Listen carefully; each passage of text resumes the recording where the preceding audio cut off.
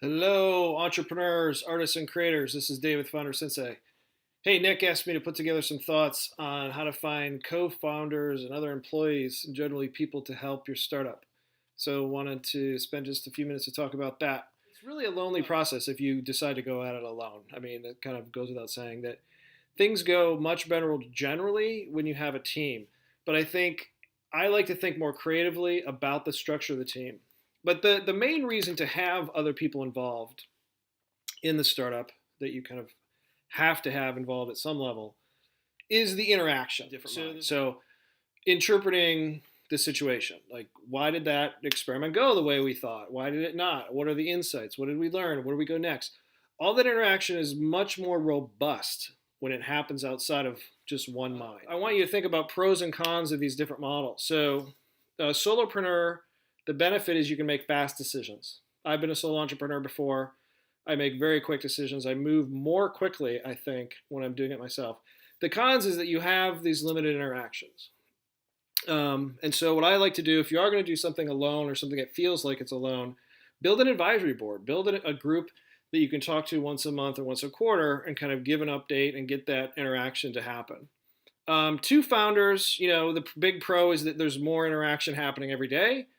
You have more bandwidth to get things done, but now you're moving into consensus-based decision making. If you have two founders and one thinks you can go through door number A and another thinks you should go through door number B, what do you do? And how do you make that? How do you make that decision? You have to kind of both agree. And so I would say that can work, but you have to really work on cultivating trust and respect. Think of it as a marriage. I don't know if you have experience in marriage. I do. And you have to just always cultivate trust and respect. And just no matter what happens, don't ever violate the trust and respect of the other person, or the relationship is not going to last. And then the third model is, three founders. And so you'll get even more action with three founders. You'll get more robust ideas. You'll get more insights. You'll have more bandwidth.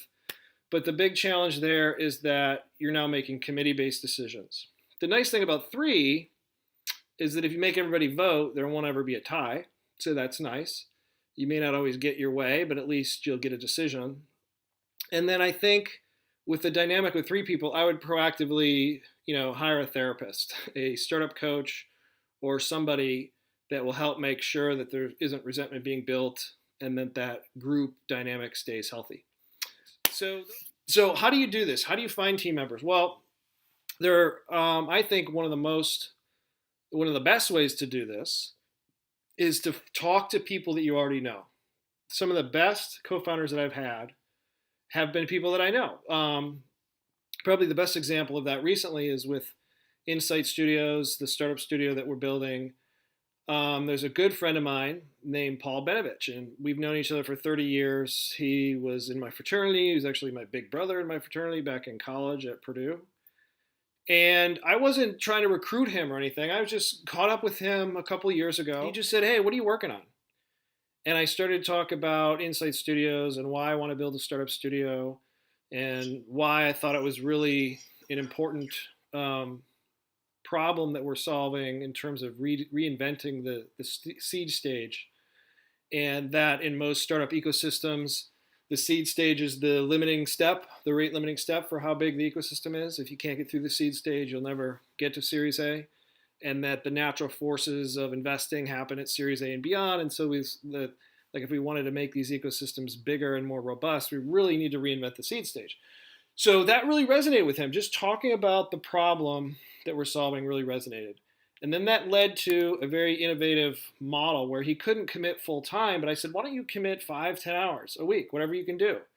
And he did that for a year. And I allowed him to accumulate equity under a 1-year cliff program. So he had to do it for at least a year. It wasn't going to get any equity. But I issued him shares. I issued him shares under the slicing pie model. And I don't want to get into the details of that, but essentially it allows people to earn equity. Pie stands for a promise to issue equity. And it's a great way to bring people into the startup to have them support what you're doing without committing full time. So those are my suggestions. I hope this was helpful.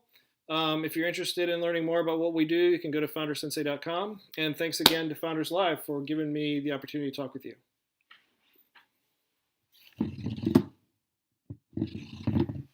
Okay, this needs to be edited. Fuck.